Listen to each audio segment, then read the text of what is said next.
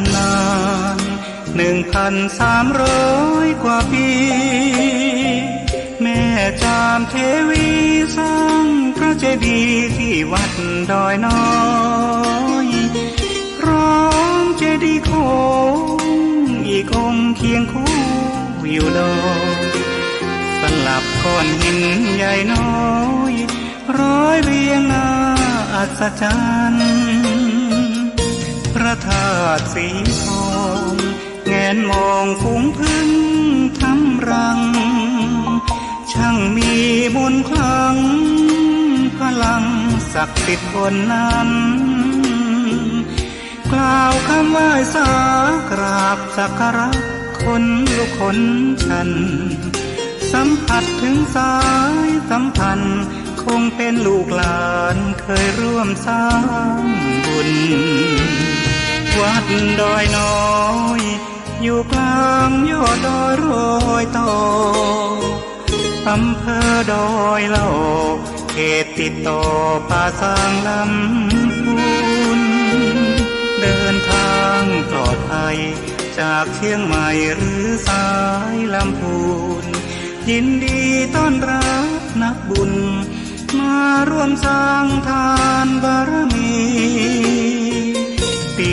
3 ตี 4เปิดสถานีฟังตุลุงยองนักเทศเสียงทองชื่อเสียงดังก้องทั่วฟ้าธานีตัวจริงเสียงจริงวัดดอยน้อยแม่จามเทวีต้อนรับญาติโยมที่มีจิตศรัทธามาร่วมสร้างบุญ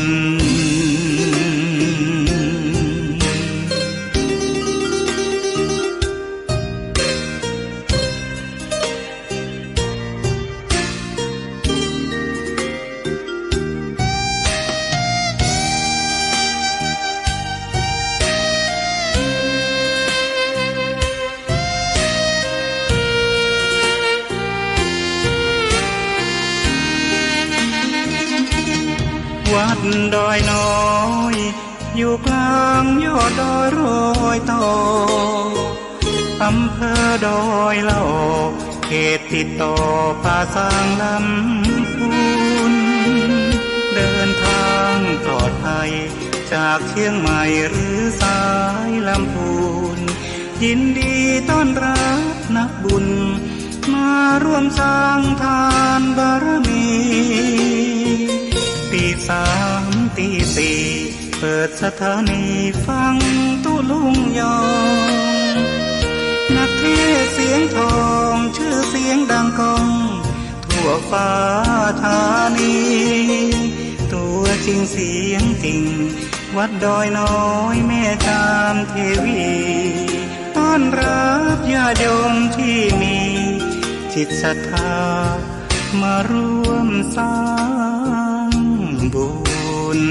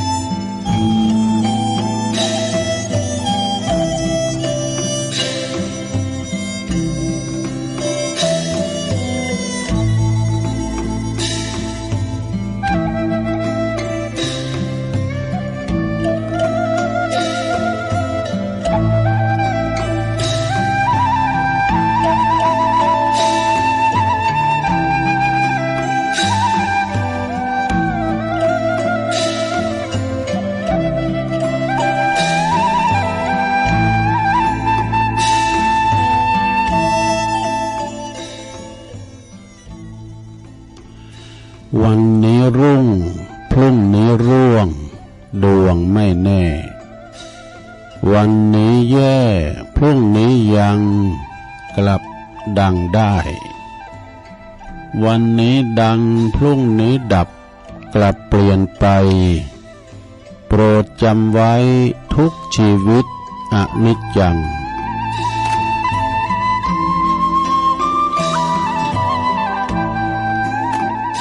วัดพระธาตุดอยน้อยพันปีรถดีแคนตาลูปลำใหญ่กวางชนเรื่องชื่อลือไกลกลองใหญ่สืบสารประเพณีก็ขอความนอบน้อมแด่พระรัตนตรัยอันมีพระพุทธพระธรรมพระสงฆ์เป็นสรณะที่พึ่งกราบแนบไตรไวสาถวายความเคารพมายังครูบาอาจารย์พระมหาเถรานุเถระตันเจ้าคณะพระสังฆาธิการพระภิกษุสามเณรเจ้าจุโตนจุองค์กุวัดวาอารามพร้อมตึงสำนักติภักทรงโดยเนอก็ขอความเจริญในธรรมเจริญปอนเจริญชัยเจริญสุขมายังบรรดาปอออกแม่ออกศรัทธาตันสาธุชนนักศีลนักบุญคุณดีทั้งหลายบ่ว่าจะปิ้นปอหลวงแม่หลวงปอลุงแม่ป่าตั้งปีป่าหน้าเอาอาศรัทธาตินจองห้องวัดเฒ่าแก่หนุ่มกำใจยิ่งต่างหลายแตกตื่นมื่นตาตื่นจุนขึ้นมา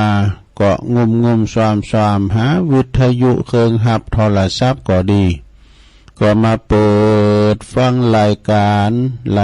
นี้ปนตั้งชื่อว่ารายการสัพเพเหระปกิณกะขอนลุงไก่แจ้ง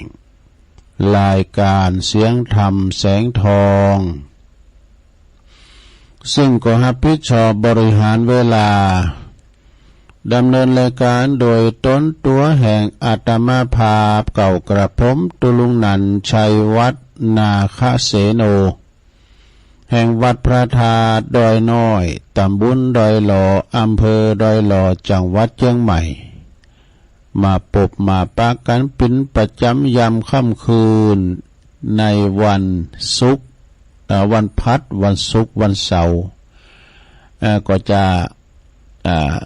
ได้คุ้นคว้าทำการบ้านนะเสาะเลิงเราเลิงสังมาอู่มาจ้าเราสู่กันฟังมานางอู่นางยาก็ปออกศรัทธาเนาะในรายการตุลุงนี่ก็เป็นรายการวัดจิตวัดใจมันเจ้าลำไปในขณะที่เป็นลับไหลอยู่ในห้วงแห่งความนิทราเป็นกำลังฝันพักผ่อนสายตาอาหารตาเวลานี้มันเป็นเวลารับเวลานอนเนาะแต่ตุลุงสำเด็จก็เมื่อคืนเป็นนกจันเมื่อวันเป็นนกเก่ากลางวีกลางวันนี่ก็ลุยลายไปพักผ่อนสายตาพองแล้วแต่โอกาสสำเด็จก็ไม่ได้รับอีน่ะก็จังมันสำเด็จก็ได้รับกาอีเนาะแต่ก็ดีอยู่เป็นยังนะก็งกเงาเฮานอนอย่างแต่ว่าเฮาจะได้เป็นคุณครับรถขับลาถ้างงเงาเฮานอนอีเนาะไปทำอันยังกับเครื่องจักรในบ่ได้สถามันเผลอนะดีนะเกี่ยวกับเครื่องจักรก็นิ้วมือปุ๊ดนี้กันหอมระวังมีความประมาทนี่นะเนาะฉะนั้นก็สดาญาติโยมทั้งหลายวันนี้มาปบมาปักกันตะลงกับวันเสาร์ที่30ของเดือนมีนาคมนะพุทธศักราช2567เข้ามานี่วันเดือนมีนานี่ก็มี31วันผูกทำวันก็วันสิ้นเดือนนะศรัทธานะเพราะว่าวันนี้ก็เป็นวันเสาร์แล้วก่อนอื่นตีตุลุงจะได้เอ่ยไปตั้งสถานีวิทยุคืนบุญต่างๆเนาะที่เปิ้นหับสัญญาณในรายการนิสู่ตันผู้ฟังตั้งบ้านตั้งจองตุลุงก็จะนำไหวพระกันเน้อสวดมนต์กล่อมก่อนเพื่อความเป็นสิริเป็นมังกรเป็นมงคลกับตนกับตัวกับขอบกับครัวกับลูกหลานตันเต่าอยู่ดีมีสุขเนาะ นะขจัดปัดเป่าโพยภัยเสน่ห์จังไล่ตังไล่ไอไล่ไอขาดนี้แสนไก่แสนหยดแสนว่านำปาสิ่งที่เป็นมั่งกันละเป็นมงคลเขาคุ้มโหหอเฮือนเห่าเนาะพร้อมแล้วก็กราบหนึ่งกราบสองกราบสามอิมินาสกาเลนะพุทธังอภิปูชยามาอิมินาสกาเลนะธัมมังอภิปูชยามาอิมินาสกาเลนะสังฆังอภิปูชยามาอะระหังสัมมาสัมพุทโธภะคะวาพุทธังภะคะวันตังอภิวาเทเมสวากขาโตภะคะวะตาธัมโมธัมมังนะมัสสามิ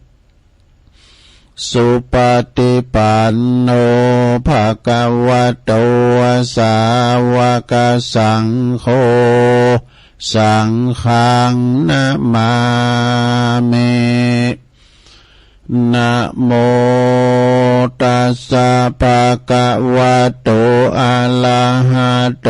สัมมาสัมพุทธัสสะนะโมตัสสะภะคะวะโตอะระหะโตสัมมาสัมพุทธัสสะนะโมตัสสะภะคะวะโตอะระหะโตสัมมาสัมพุทธัสสะอิติปิโสภะคะวะอะระหังสัมมาสัมพุทโธวิจาจารณะสัมปันโนสุขโตโล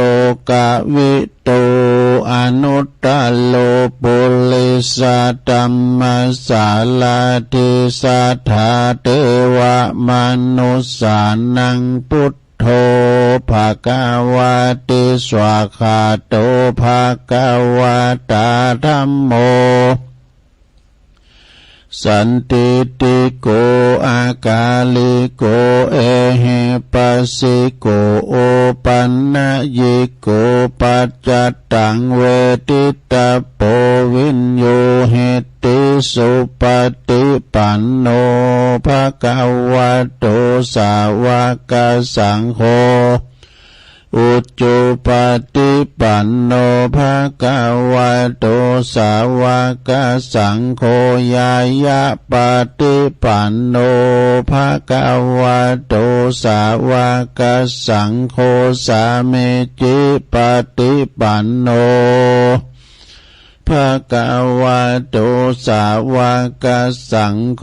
ญาติตังจัตตาลิปุริสายุคาเนอัฏฐปุริสาปุคลา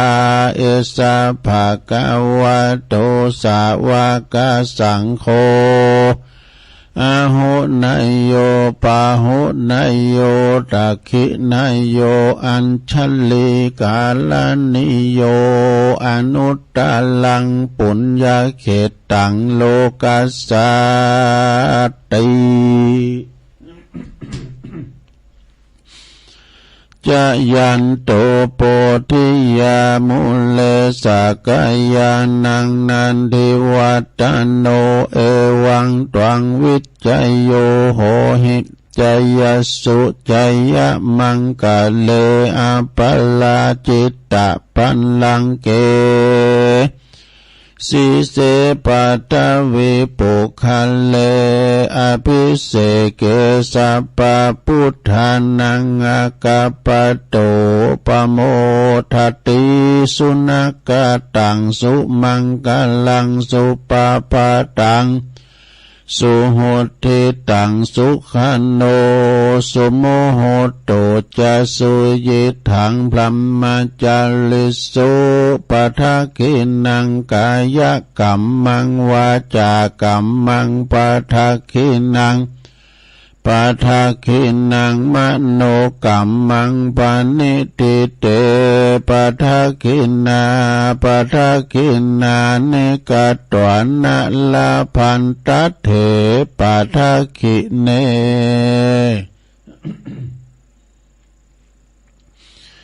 สัพพิติโยวิวัจจันตุสัพพะโลกวินาศตุมาเตภวัตวันตรายโยสุขิติกายุโกภวะอภิวาทนาสีลิสานิจังวุตตาปัจจายโนจัตตาโลธรรมาวาทันติอายุวันโนสุขังปะลังเอาแล้วเนาะศรัทธาญาติโยมต่างหลายตัวลุงก็ปิ้นเก้าปิ้นโหนำสวดมนต์ไปเป็นตีเรียบร้อยก็ขอกุณพระติตาไหลรัตนะผ่านแผ่วตั้งพระแก้วเจ้าตั้งสามประการจงดลบันดาลมาปกป้องคุ้มครองรักษาวัดวาอารามคงแก้วตั้งสามได้มารักษายังครูบาอาจารย์พระสงฆ์องค์สามบาเนนเจ้าเปิ้นอยู่กับวัดกับวาได้ปินเนอร์นาบุญศรัทธาได้มาปูชาสักการะปูชากราบไหวเนาะมาเป็นผู้นำจิตวิญญาณเป็นติปะปริปึงตั้งจิตตั้งใจนำศาสนานำพุทธศาสนิกชนนะมาเป็นตุนเมตตาหือศีลหือปอนนี่กันเนาะได้มาเผยแผ่สัจธรรมงอกงามไพบูลย์ในพระศาสนาเน้อได้มาเป็นเน้อนาบุญเป็นที่เคารพนับถือสักการะบูชากับหมู่ศรัทธาญาติโยมต่างหลายพอออกศรัทธาก็ขอให้มีสุขภาพพลานามัยสมบูรณ์แข็งแรงกินข้าวลำกินน้ำลุงในลงเน้อจะไปเจ็บจะไปเมย ก็มีอันโพธิเมตตาหรือว่าเป็นอันล่มโพล่มใสของลูกของหลานกันต่อไปตัวลุงขอเป็นกำลังใจเป็นกำลังอกกำลังใจอีปออีแม่ที่เดินเหินไปไหนมาไหนบ้าใดนะก็เอาวิทยุเนี่ยเนอะเป็นกูเป็นกีมไปศรัทธาบางตัวบางทีตัวลุงได้ยินพอหลงแม่หลงขอโทรหาครูบาอาจารย์ไปเนอะมากินมาทานด้วยกันเนอะอีพ่อไปมได้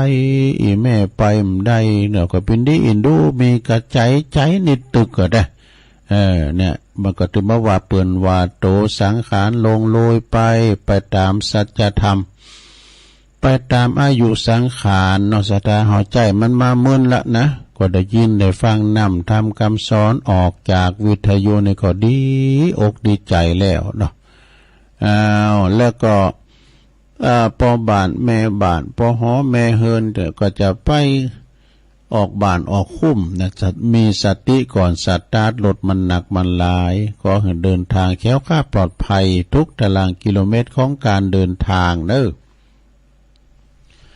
แล้วตอนนี้ไปตุลุงก็จะได้เอ่ยไปตังสถานีวิทยุคืนบุญต่างๆเนาะในเครือข่ายที่เป็นหับสัญญาณรายการธรรมะภาคภาษายองช่วงเวลาตั้งแต่ตี3ถึง5 โมง2 ชั่วโมงดังต่อไปนี้ก็ขออนุโมทนาขอบคุณสถานีวิทยุเพื่อพระพุทธศาสนาการศึกษาและวัฒนธรรมของวัดฝายหินเนอร์ตำบลสุเทพอำเภอเมืองเชียงใหม่ FM 104.50 เมกะเฮิรตซ์โดยเมตตาบารมีธรรมอาจารย์ท่านพระครูสมุวิสุวัฒน์วรกิจโจองค์คาลงในเมืองก็ฟังตั้งแต่ตุลุงทองมาแล้วเนาะฟังแต่เพลงไทยลูกกรุงมาแล้ว ขอบคุณสถานีวิทยุคณะสงฆ์อำเภอฝางตั้งอยู่ที่วัดพระพุทธบาทอุดมนำบ่อสาวาสำนักวิปัสสนา FM 100.25 เมกะเฮิรตซ์โดยเมตตาบารมีธรรมหลวงปู่ใหญ่เฮาเนอร์หลวงปู่พระครูสุจิตานุรักษ์ด็อกเตอร์ครูบายี่แก้วแล้วก็ขอบคุณตังตุปีจำเริญโชติธรรมโมหลวงพี่สุเทพโดยเนอร์ลิงสัญญาณนำเสียงตุลุงไปสู่พี่น้องตังเมืองเป่าเมืองฟังนะขอบคุณเจ้าหน้าที่ด้วยขอบคุณสถานีวิทยุแดนดินถิ่นล้านนาตั้งอยู่ที่บ้านโฮงโงตำบลนำบ่อหลงอำเภอสันป่าตองเนอ FM 103.50 เมกะเฮิรตซ์โดยคุณรุจิสมบัติเงาคำของเฮานี่แล้วก็ขอบคุณสถานีวิทยุคลื่นธรรมะของชุมชนวัดถวยตองซากตำบลคงเป้าจอมตอง FM 98.75 เมกะเฮิรตซ์โดยท่านพระครูวาปีวรมานิตพี่น้องโซนไต่ก็อดเอาขอบคุณสถานีวิทยุมนเสียงธรรมจากอำเภอแม่แจ่มวัดบุพาราม FM 106.25 เมกะเฮิรตซ์เนอร์ในเมตตาบารมีธรรมหลวงปู่พระครูมงคลวิสิทธิ์หลวงปู่ใหญ่เจ้าคณะอำเภอแม่แจ่มขอบคุณท่านพระปลัดอุทัยถึง2อุทัยโดยเนอพี่น้องแม่แจ่มก็ฟังกันหนักกันหลายขอบคุณสถานีวิทยุเน็กเนลเรดิโอ FM 96.75 เมกะเฮิรตซ์ตั้งอยู่ที่บ้านโจงตำบลทุ่งกวาวห้างหุ้นส่วนจำกัดอนุสรณ์เรดิโอขอบคุณสถานีวิทยุชุมชนคนเหนือเขื่อนตั้งอยู่ที่บ้านดงดำอำเภอฮอดจังหวัดเชียงใหม่ FM 90.75 เมกะเฮิรตซ์ขอบคุณสถานีวิทยุเพื่อการศึกษาและพัฒนาอาชีพอาร์เรดิโอเน็ตเวิร์ก FM 103.00 เมกะเฮิรตซ์อำเภอเมืองจังหวัดลำปางขอบคุณสถานีวิทยุอาร์เรดิโอเน็ตเวิร์ก FM 99.50 เมกะเฮิรตซ์วิทยาลัยเทคโนโลยีเพื่อการจัดการกฟผ.แม่ม่อนลำปางและขอบคุณ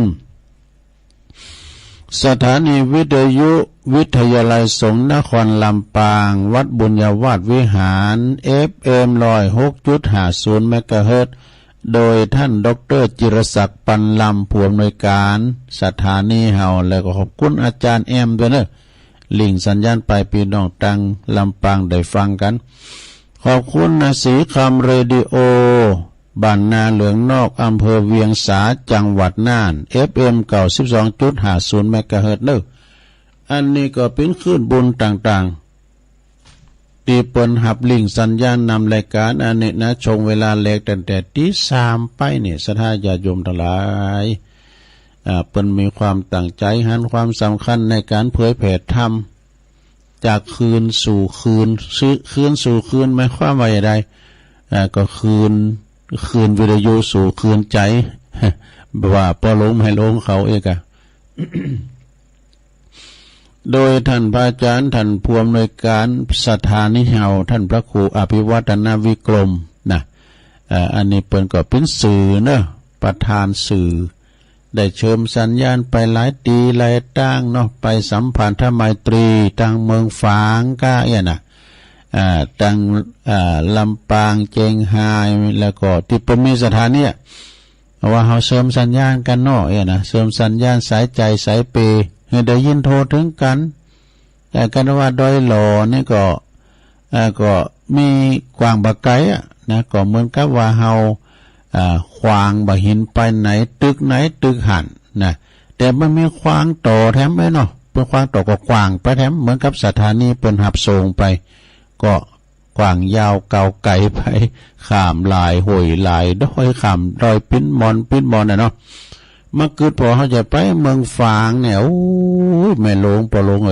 ชมาเดินนั่งกุ่นปอห้อนนะแล้วเนี่ยเสียงไปทุกสลับแงบแง่เนาะเสียงตุลุงไปโมถ้าเปิดฟังน่ะไปแผ่วเมืองเป่าเมืองฝางพวกนี้น่ะสถาตุลุงนั่งอยู่ที่ดอยหล่อที่ดอยน้อยเนี่ยส่งกระแสเสียงเสริมสัญญาณไปที่วัดปากตั้งเจริญวัดปากตั้งเจริญนี่ปิ้นโหจ่ายดูจ่ายไปฟังจ่ายไปลำปางจ่ายไปแม่แจ่มจ่ายไปเมืองลี่เนี่ยกะ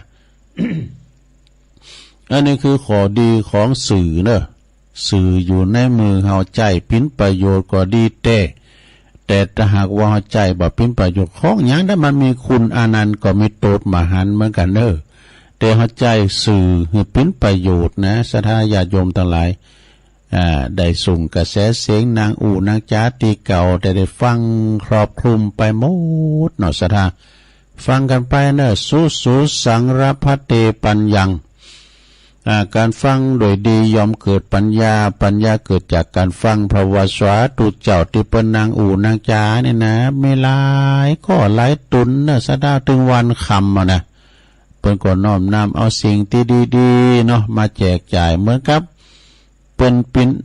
นมีอาหารถูกปากบ่ถูกปากเป็นบางคุณ บางพองก็มักแกงผักละบางพองก็มักแกงจีนเนี่ยบางพองก็มักตำน้ำพริกก็แล้วแต่ไผแต่มันเปิ้นห่างโก้เข่ามาตำไว้กลางหอกลางฮืนเฮาจะกินหรือกินก็เป็นเรื่องของเฮาเหมือนกับสื่ออยู่ในวิทยุเฮาแล้วการเฮาเปิดฟังก็ได้ยินการทำเปิดฟังก็ได้ยินเหมือนกับกาลาโกกเป้าก็ดีถ้วยก็ดีกันเฮาขอมมันน้ำมันก็ดึมมันเข้าถึงกันห้องงายเนาะห้องงายก็น้ำมันก็เต็มถ้วยเต็มอ่างเหมือนกันศรัทธาแล้วไปอุปนากาตัว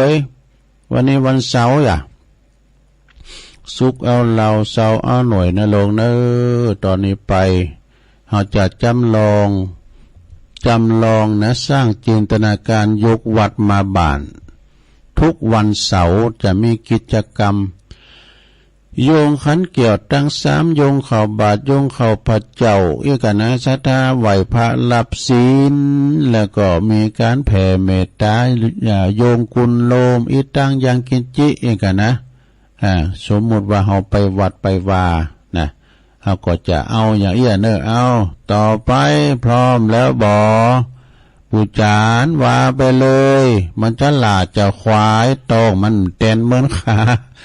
โยงเข่าโยงเงินขันเกี่ยวทั้ง3นั่นลงว่าพลอมกันไปเลยนะมาเมปุถังกุณาสากัลลันตังนะมาเมธัมมังมุนเนเลลาจาเตสิตังนะมาเมสังฆังมุนเนลาจาสาวกังอาจายโนปันเตอาจากัมมายาถาปัลเลยาถามุลลาเหยาถาอากุสเลเยมายังพุทธธรรมสังฆาเตสุติลาตเนสุอาติเตวะปัจจุปันเนวะอาวิวายติวะลาโหวากาเยนะวาวาจายาวามานัสวะปะมะตังวาอากาลวังวาอากาสิมหาติสวายาธาธัมมังปฏิกัลโลมาเตสังโนปันเตพุทธติรัตนัตยังอนุกัมปังอุปัฏยา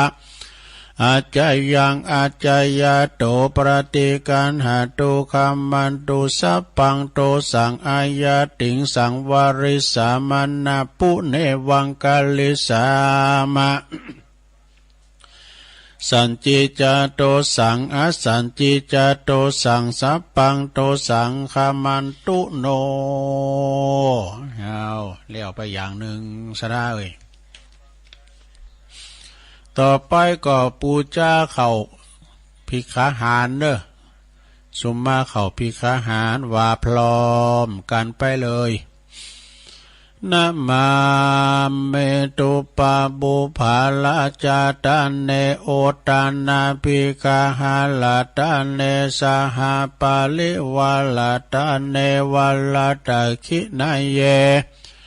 กายะตัวเลวจิตัวเลมโนตัวเลสันจิจาปมาเตนาวาอาสันจิจาปมาเตนาวากายกัมเมนาวาวจิกัมเมนาวา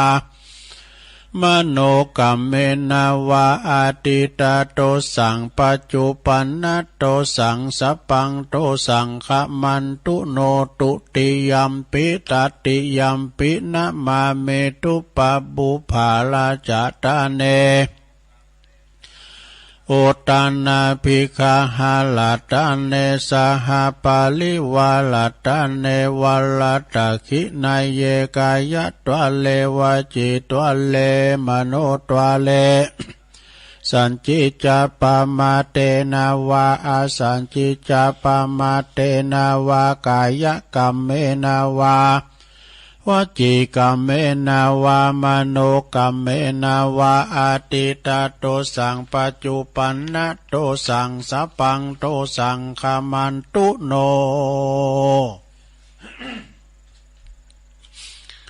เอาแล้วไปเทมอย่างหนึ่งแล้วไปปิ้นอย่างจำได้ก็ลงว่าตัวเตนผู้จานใครว่าโวยไปนี่เอาจ้าเท่าไหร่ผู้จานเพื่อฟาวอย่างน่ะเอาว่าไปพร้อมกันเลยปูจ้าเขาประเจ้าเนื้อโยงเขาประเจ้าพร้อมกันไปเลยอิมังโอตานาปินดาตานังติลาตานานังสักกะจังเตมาปูเจมาตุติยัมปิอิมังโอตานาปินดาตานังติลาตานานังสักกะจังเตมาปูเจ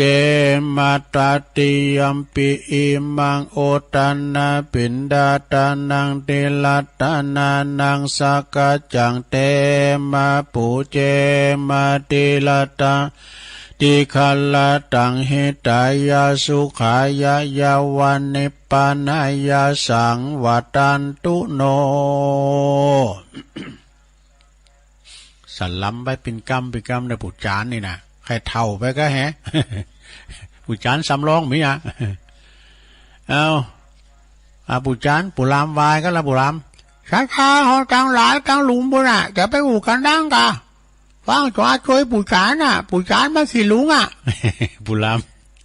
โยงเข้าบาทพร้อมกันเลยสาธุโอกาสะโอตานาปินดิปะตังตานังนิปานาปัจจโยโหนตุโนนิจัง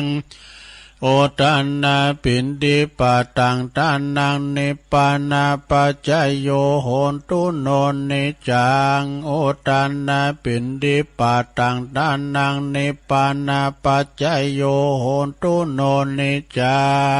งเอาแล้วศรัทธาญาติโยมทั้งหลาย การทำพิธีกรรมต่างๆโยงเข้าบาตรโยงเข้าพระเจ้ายังก็แล้วกันพ้นแล้วเนาะศรัทธาตอนนี้ไปก็ไปย้ายแถวนึไปย้ายแถวเขาจะไม่ไปจะไปตักบาตรกันนะปอจายก็อยู่แถวหน้าเทวดาแม่ยิงก็อยู่แถวหลังนี่ก็ถอดแคบถอดกูเพเนาะใส่บาตรก็กอยยกก็ยองจะไปเอามือเลนถูกบาตรเด้อนะจะไปอู่กันจะไปอันอู่กันเนาะก็ไปนิมนต์สวาตุเจ้ามาเด้อเอาละเน้อขายโยมปากันสอหากาละมังทางเปกระสอบก็ดีสามุไรเก่าสารมาถ่ายเข่าออกบาตรเข่ารุ่นบาตรเด้อขายโยมช่วยกันตุลุงทาเดินแล้วเอาใส่บาตรเลยนะสุโขโหมะไปใจเน้อสุโขโห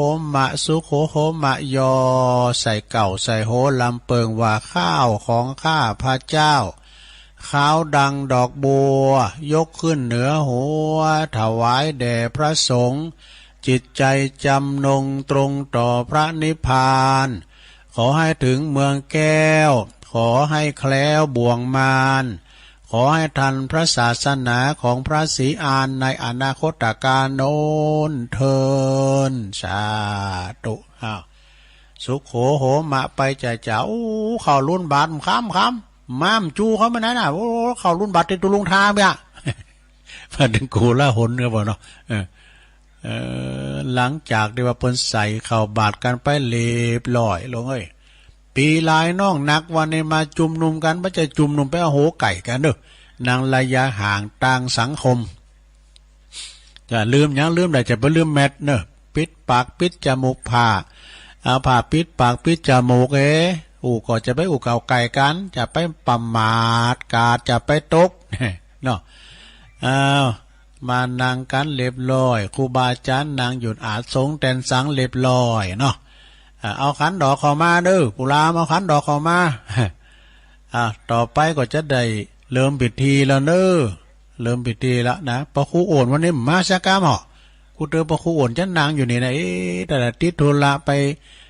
ไปกินเป็ดตาลทำไรจ๊ะ เอาหายานก่อนปียัง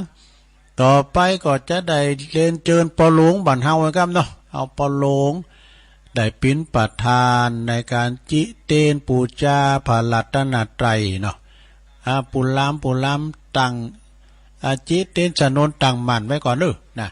ตอนนี้ก็ปอหลวงบ้านเฮาผู้นำชุมชนผู้นำหมู่บ้านเฮาจะปิ้นประธานในการจุดเตียนปูจาพระรัตนตรัยสดาญาโยมทั้งหลายตั้งอยู่อาการอันสงบเน้อจะไปอู่การหลังงับพับปากดังต่อไปนี้เน้อหลังจากที่ปอหลวงจิเตียนไปปิ้นตีเรียบร้อยก็จะได้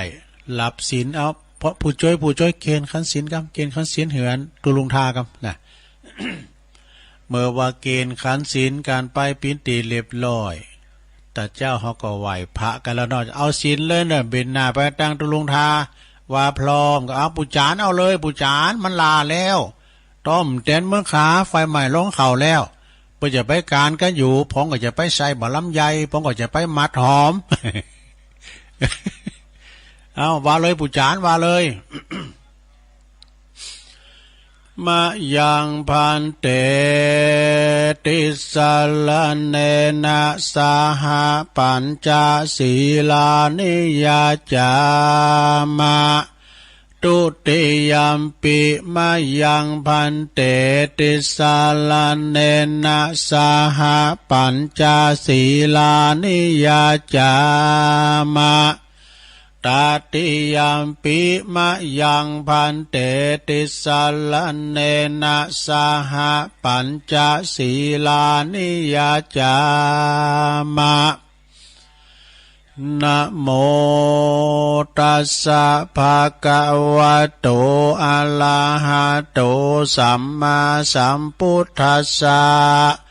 นะโมตัสสะภะคะวะโตอะระหะโตสัมมาสัมพุทธัสสะนะโมตัสสะภะคะวะโตอะระหะโตสัมมาสัมพุทธัสสะพุทธังสรณังกัจฉามิธัมมังสรณังกัจฉามิสังฆังสรณังกัจฉามิตุติยัมปิพุทธังสรณังกัจฉามิตุติยัมปิธัมมังสรณังกัจฉามิตุติยัมปิสังฆังสรณังกัจฉามิตติยัมปิพุทธังสรณังกัจฉามิตติยัมปิธัมมังสรณังกัจฉามิตติยัมปิสังฆังสรณังกัจฉา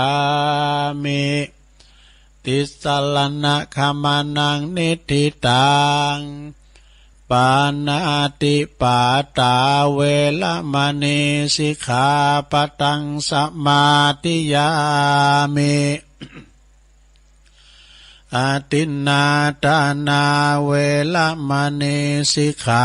ปะทังสมาธิยามิกาเมสุมิจฉา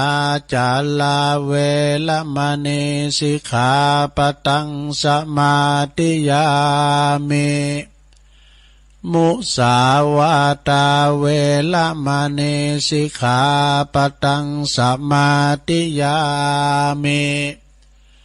สุราเมรยะมัชฌะปมาตฐานาเวละมะเน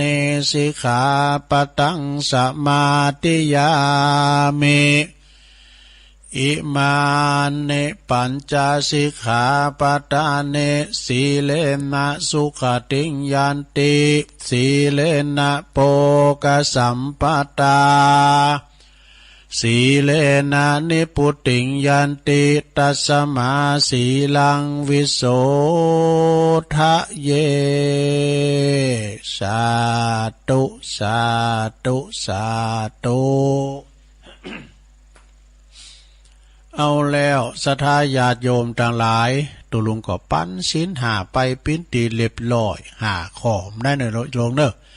เก็บไว้ดีๆไปเสียมันหายขอสองขอกอมเป็นยังศีลหนาเสาหนาตุลุงก็มาปั้นแถมเนาะเตยปอยเมเขาได้ไปวัดไปวาก็ถือว่าวันนี้เขาไปวัดได้เนอะลงเนาะไปวัดไปวาแต่ก่อนอ้อนมาก็คุณไปวัดก็รุ่นวัดรุ่นวิหารกันนะประเดี๋ยวนี้ไม่ได้ไปสักเตือตัวใจนี่ติดอยู่วัดปุ่นไหนน่ะโธ่กันมีรายการธรรมะครูบาอาจารย์ถึงวันน่ะนักแกเนอะไอ้ดอกเปิ้นว่าน่ะซ้ำไปได้ไปไหนนะก็ตู้เอาทำคำสอนเนี่ยมาคัดเกาจิตใจนะตื่นเจ้าก็มาก็ได้ยินแล้วจนถึงเขาตีนอนพวกน่ะทำมีวันคำไม่ได้ก็มันก็พักบันเทิงเพราะก็ฟังเพลงไปพองให้โลเนอร์ฟังเพลงฟังโซไปพองเนาะโอ้ยสมัยแต่ก่อนอ้อนมานี่โซก้ามยังก้าในรายการตีกลางตุงกลางหน้าน่ะผมก่อนนี่ฟังโซเราคณะอย่างดาวลุ่ง คณะดาวลุ่งของแม่ครูแสงสุริยมนเขานะคณะดาวลุ่งยาสตรีกามาป้านะฟังก็ขนาดคณะของปอครูอำนวยกับลำพัดแถมเนาะแล้วก็คณะของแม่จันสมคณะสายธาราเนาะแม่จันสมสายธาราอันมีประกอบไปด้วยอุดมรังสีนี่บุญมีรัตนคำแปลงเทพธาราปัญญามานะอย่างมันโมนก่อนนะได้ฟังก่อนมันโมนปิ้นขติเตือนอกเตือนใจปิ้นละครก็มีปิ้นซอละครละครซอโยมเนาะเอาละตอนนี้ไปมีอย่างแถมตุก็เดียวกันกะเอาศีลแล้วเดี๋ยวตุลุงจะสวดพญานกยุงทองก่อนเนาะสวดพญานกยุงทองแล้วตุลุงก็จะมาโยงคุณไหวคุณโลมนะสวดพญานกยุงทองนี่ก็คือว่าในสมัยหนึ่งเนี่ยพระโพธิสัตว์เจ้าของห้ามมาเสวยพระชาติเป็นพญานกยุงทองนะแต่ประกอบเขี้ยวขาดนะโดยบทสวดบทเนี่ยนะเขี้ยวขาดในพรานดักเขี้ยวดักยังเป็นบ่งเป็นยังก็ตามเขี้ยวขาดปลอดภัยโดยบทนี่เนอะเพราะนั้นเขาจะไปกินแพะตานหรือว่าจะไปไต่ไปเนื้อไปวันตกวันออกขอกไต่โหเนื้อก็ดีกันเขาสวดบทนี่นะก็เขี้ยวขาดปลอดภัยทุกตารางกิโลเมตรของการเดินทางทั้งขาไปและขากลับเนอะ อุเตตยัญจักขุมาเอกาลาชาหาลิสวันโนปาทาวิปาภาโสตังนามัสสามิหาลิสวันนังปาทาวิปาภาสังตายาสากุตาวิหาเลมุติวาสังเยปรมานาเวตากุสัพพะธัมเมเตเมนะโมเตจามังปะลายันตุนามาตุพุทธานังนามาตุโพธิยานะโมวิมุตตานังนะโมวิมุตติยาอิมังโสปาลิตังกัตวะโมโลจาลติเอสนาอเปตยัญจักขุมาเอกาลาชาลิสวันโนปาทาวิปาภาโสตังนามาสามิหาลิสวันนังปาทาวิปาภาสังตายาสากุตาวิหาเลมุลติงเยปรมานาเวตากุสัพพะธัมเมเตเมนะโมเตจามังปะลายันตุนามาตุพุทธานังนามาตุโพธิญาณโมวิมุตตานังนะโมวิมุตติยาอิมังโส ปาลิตังกัตวโมโลวาสัมมาคปายติโมลปาลิตังเอาแล้วแค้วคาดปลอดภัยแค้วคาดปลอดภัยแค้วคาดปลอดภัยเน้อไปเนื้อไปไต่ไปไก่ไปไกลนะไปกับรถลายโยดยานพาหนะก็ขอให้แค้วคาดปลอดภัยนะแล้วก็ขออำนวยอวยโจกปันป้อนแหมหน่อยในว่าขอให้ตานะมีความสุขมีความเจริญก้าวหน้าในชีวิตธุรกิจการงานเนอะ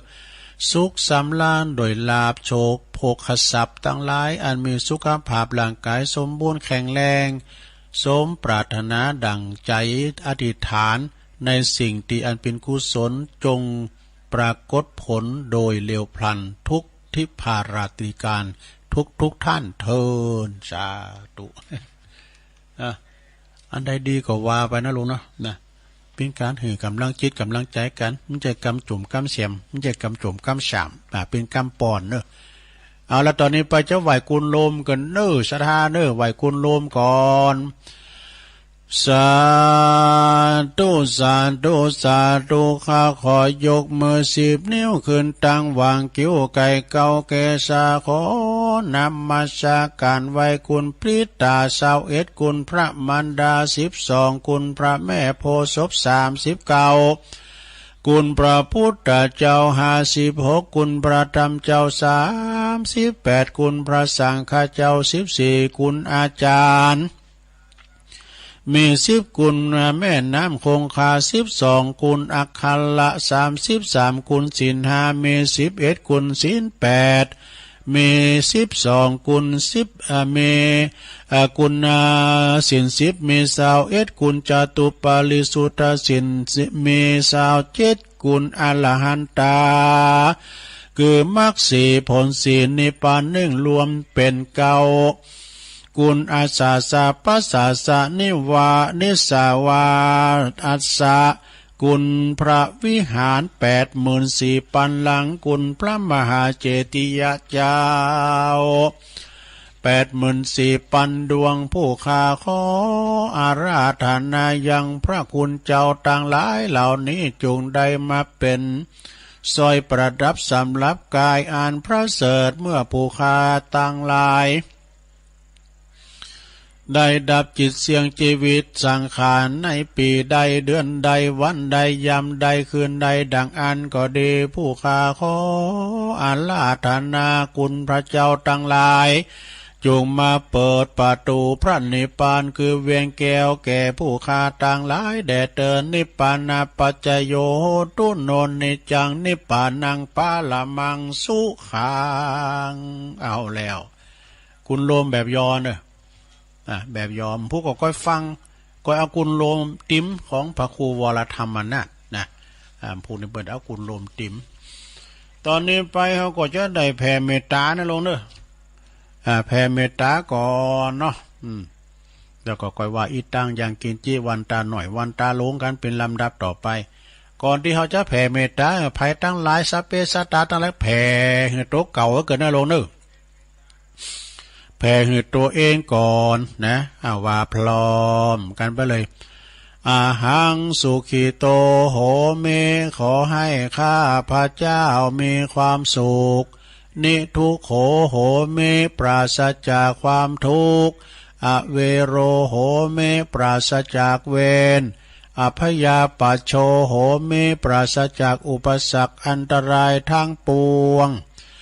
อนิโคโหเมปราศจากความทุกข์กายทุกข์ใจสุขีอัตตานังปริหาราเมมีความสุขกายสุขใจรักษาตนให้พ้นจากทุกภัยทั้งสิ้นเถิดเอาแล้วอันนี้แผ่เมตตาตัวเก่านะลูกนะ ต่อไปก็แผ่สัมภสัตทั้งหลายนะว่าพร้อมกันไปเลยสัพเพสัตตาสัตว์ทั้งหลายที่เป็นเพื่อนทุกข์เกิดแก่เจ็บตายด้วยกันทั้งหมดทั้งสิ้นอเวราโหนตุจงเป็นสุขเถิดอย่าได้มีเวรแก่กันและกันเลยอภัยยาปัชโชอภัยยาปัชชาโหนตุจงมีความสุข จงเป็นสุขเถิดอย่าได้เบียดเบียนซึ่งกันและกันเลยอนิฆาโหนตุจงเป็นสุขเถิดอย่าได้มีความทุกข์กายทุกข์ใจเลยสุขีอัตตานังปาริหารันตุจงมีความสุขกายสุขใจรักษาตนให้พ้นจากทุกภัยทั้งสิ้นเถิดสาธุก็สลัมไม่พอเนี่ยสลัมไม่พอนะสลัมแล้วก็คืนได้นะสลัมกำนะดอกต่อไปฮาวาปิ้นอะไรทำไมเกิดเนาะลงเนาะปิ้นแผ่เมตตาแบบไทยครับหนึ่งข้าพระเจ้าขอตั้งจิตอุทิศผลบุญกุศลนี้ไปให้ไพศาลถึงบิดามารดาครูอาจารย์ทั้งลูกหลานญาติมิตรสนิทกันคนเคยรักเคยชังแต่ครั้งไหน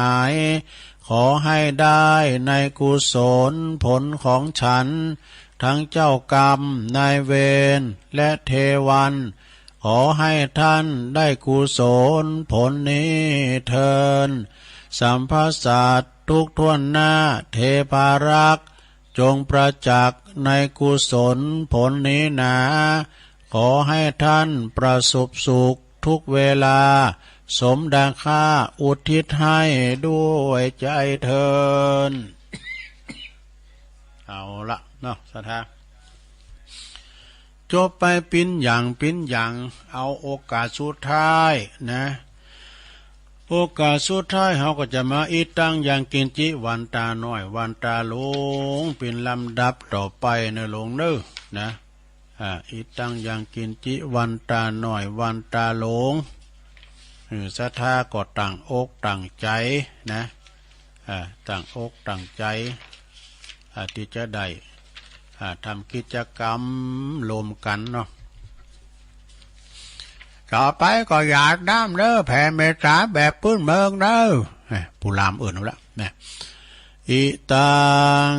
ทานากัมมังนิปานาปัจจายโยโหนตุโนนิจังอิตังศีละกัมมังนิปานาปัจจายโยโหนตุโนนิจังอิตังภาวันนากัมมังนิปานาปัจจายโยโหนตุโนนิจังยังกินจิกุสาลังกาตาปังกัมมังสเปหิกาเตหิกาตังปุญญังโนอนุโมตันตุสุนันตุพนโตเยเตวะอัสสัมมิงฐานเนอาติกาตาติกายุกาสัตตาโหนตุสัพพสัตตาสุขีอัตตานังปาลิหาลันตุมาตาปิตาสุขิตาโหนตุตุขะปะมุนจันตุสัพเพยาติกาสุขิตาโหนตุตุขะปะมุนจันตุสัพเพอัญญาติกาสุขิตาโหนตุตุขะปะมุนจันตุสัพเพปิสาสัพเพยาขาสัพเพเปตาสุขิตาโหนตุตุขะปะมุนจันตุสัพเพนาคาตาสุขิตาโหนตุตุขะปะมุนจันตุสัพเพเทวาสุขิตาโหนตุตุขะปะมุนจันตุสัพเพอาจาริยุปัจจยาสุขิตาโหนตุตุขะปะมุนจันตุสัพพสัมปติโยสัมมิจันตุโวต่อไปก็จะได้วันตาหลงสุมาพระประธานหลงเน้อบินหน้าไปตั้งพระเจ้าเน้อนะวันตาหลงพร้อมกันไปเลยวันตาเมปูตังสัพพังเมโตสังกัมมาธัมเมปันเตวันตาเมธัมมังสัพพังเมโตสังกัมมาธัมเมปันเตวันตามิสังฆังสัพพังเมโตสังกัมมาธัมเมปันเตวันตาเมกาลูอุปัชฌัยจาลิเย สัพพังเมโตสังกัมมาตัมเมปันเตวันตามิกัมมัฏฐานังสัพพังเมโตสังกัมมาตัมเมปันเตวันตามิอัลลัมเมปัตตสิมายังสัพพังเมโตสังกัมมาตัมเมปันเตวันตามิเจติยังสัพพังสัพพทาเนสุปฏิติตาสลิลาธาตุมหาโพธิงพุทธาลุปังสักกะลังสัตตัมนักกะโลเกเทวะโลเกพรัมมาโลเกจมปูติเปลังกาติเปสาลิลาธาตุโยเกสาตาตุโยอัลลหันตาตาตุโยเจติยังกันตะกุติงจตุรสีติสาหเสธัมมกันเตสัพเพตังปาตาเจติยังอหังวันตามิสัพพะโสต่อไปบิณาไปตั้งครูบาอาจารย์สุมากาลวะประสงค์องค์สังฆเจ้าว่าปันวันตาหน่อยพร้อมกันไปเลยวันตาเมพันเตสัพพังอาปาลาทัง กัมมาตัมเมพันเตมายากาตังปุญญังสามินากาตังอะสามินาอนุโมติตาปังสามินากาตังปุญญังไมหังตาตาปังสาธุสาธุอนุโมทามิจัตตาโลธรรมาวัฏันติอายุวันโนสุขังปะลังสาธุสาธุสาธุ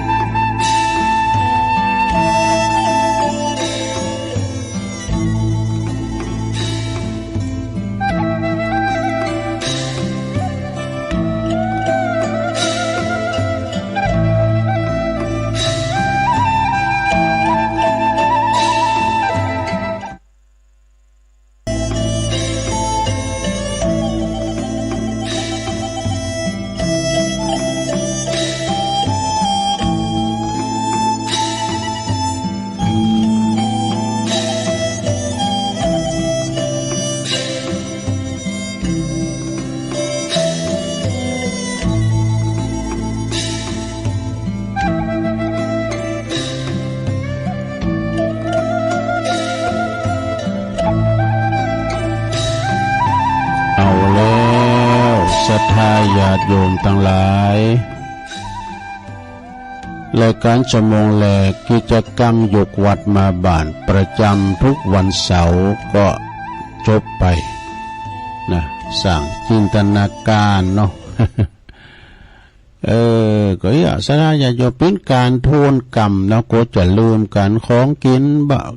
ของอันกินบะหูเนาของบ้านเรามันจะหูลืมไป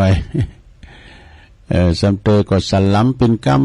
ไม่กันเนาะเป็นการที่ว่าหอมมาทวนกรรม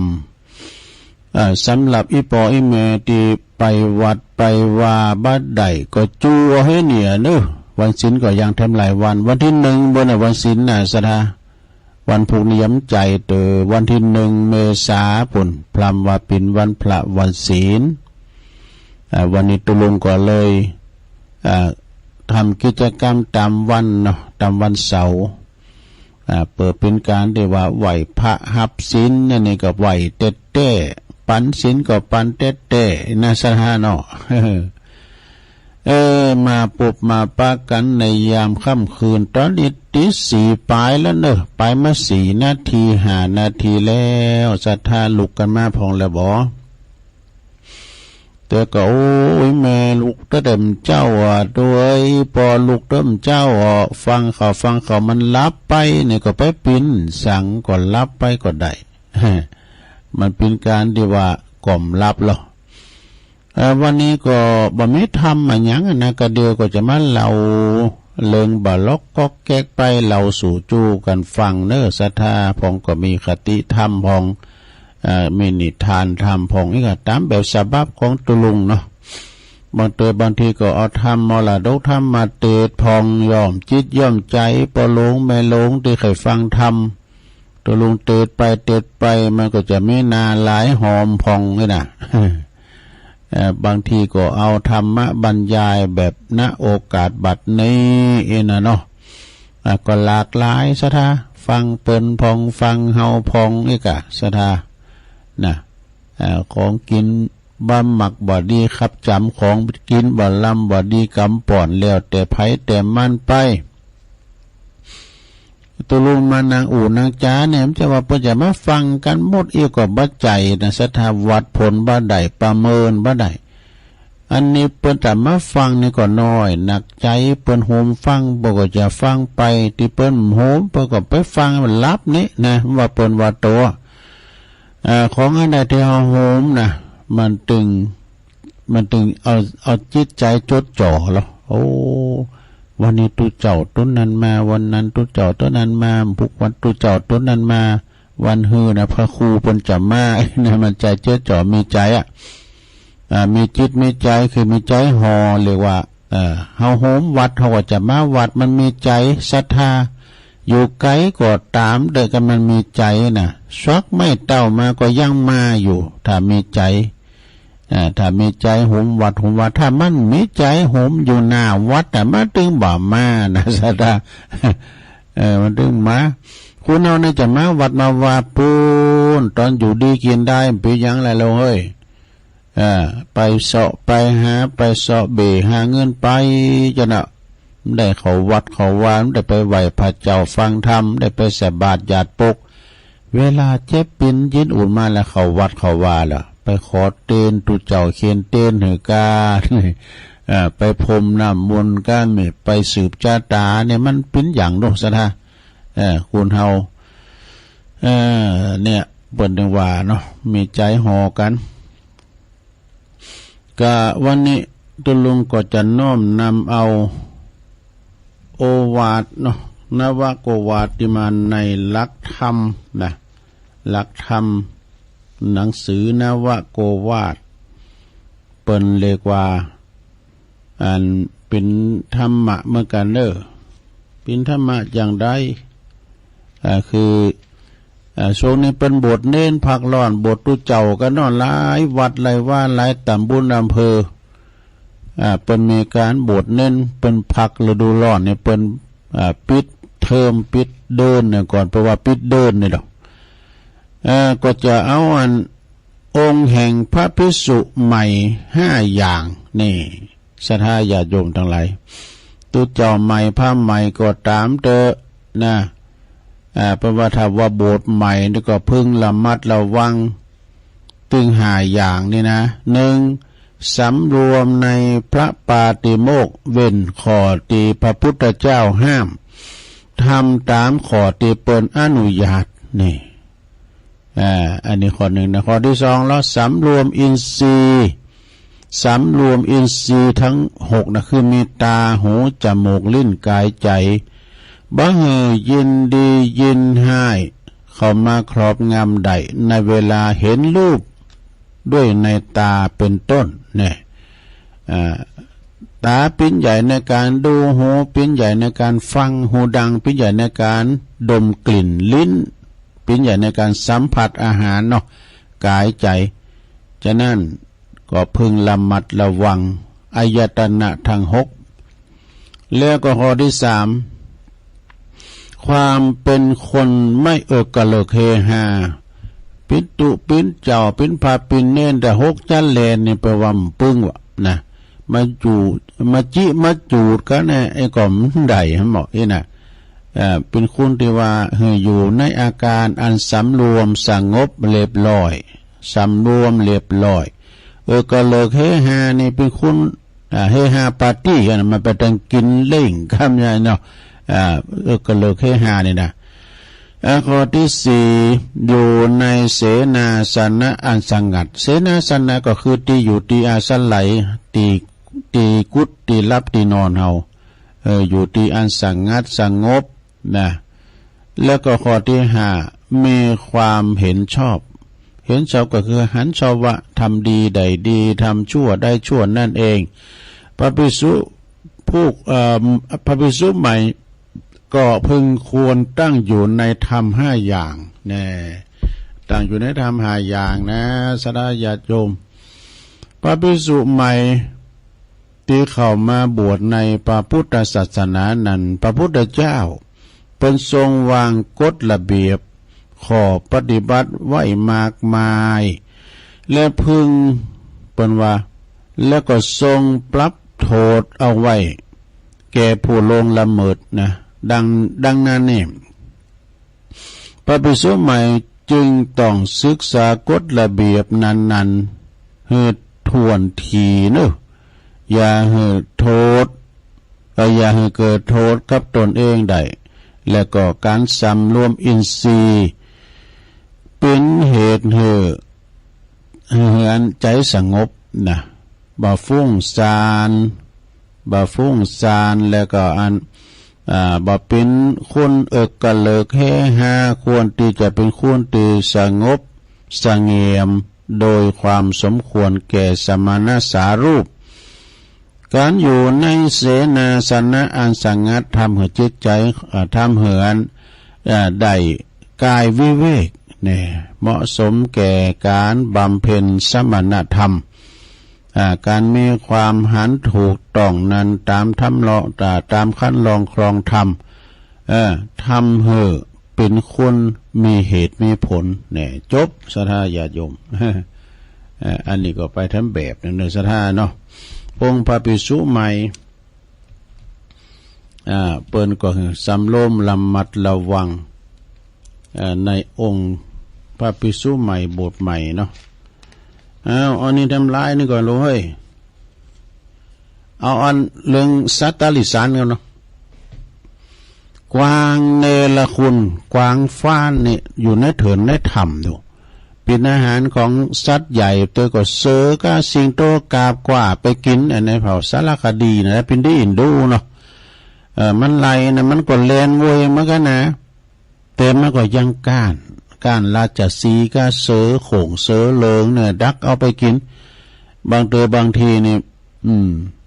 กวางนี่มันโอดเขามาแบบมันไปกลุ่มกินน้ำโอ้มันไปโอดเขา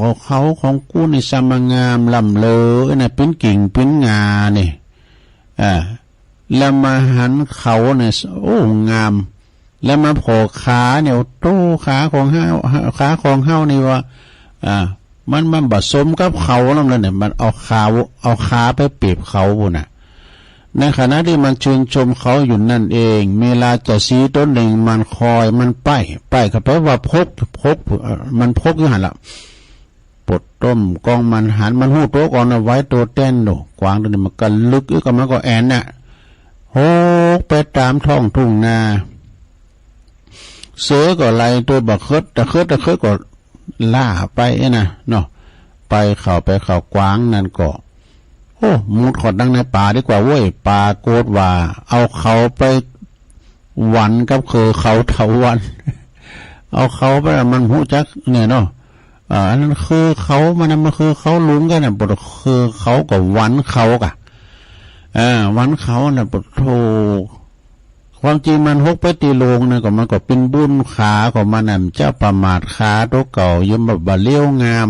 เหมือนเขาน่ะไปโดนเขาเนี่ยมาตายพอเขาบอกก็ว่าโหมันเขามันมาวันอยู่ในหันสวุธไหนก็ได้ก็ปวดตกปลาโกดว่าเสือก็มาจับพอดีคาบกว่าไปกินนี่ตายพอเขาเนี่ยเอาเขาวานะกะ เอาเขาวานนี่ก็ตายพอเขาเนี่ยศรัทธาญาติโยมนะอันนี้พี่น้ำเลิงนั่นแหละกวางเนรคุณมันพิจารณากิละดังใดสดับมาก็ยังมีในพรานคนหนึ่งเนื้อหากินกันลาลาสัตว์ในป่าในเถินเป็นกวางเป็นฟางเก่งก้ากัดตายก้านี่มีสัพพะโอสถมีหลายอย่างมันได้ก็กระสือสิงโตน่ะมันโกมีอยู่หันวันหนึ่งน่ะมันก็เข้าป่าไปลาตามปกติมันเพราะว่ามันลามาแล้วเหลือกินก็ขายกะมาเล่งลูกเล่งเมมันพานนี่นะพานโดยพานป่าไป เข้าป่าวันนี้โอ้ยมาโจกดีเลยไปหันกวางว่ะกวางตัวหนึ่งกำลังและเล็มกินใบไม้เพลินไปอยู่อันมันก็เลยขึ้นหน้าไม้นี่กลางนะกันเนาะธนูเนี่ยอัน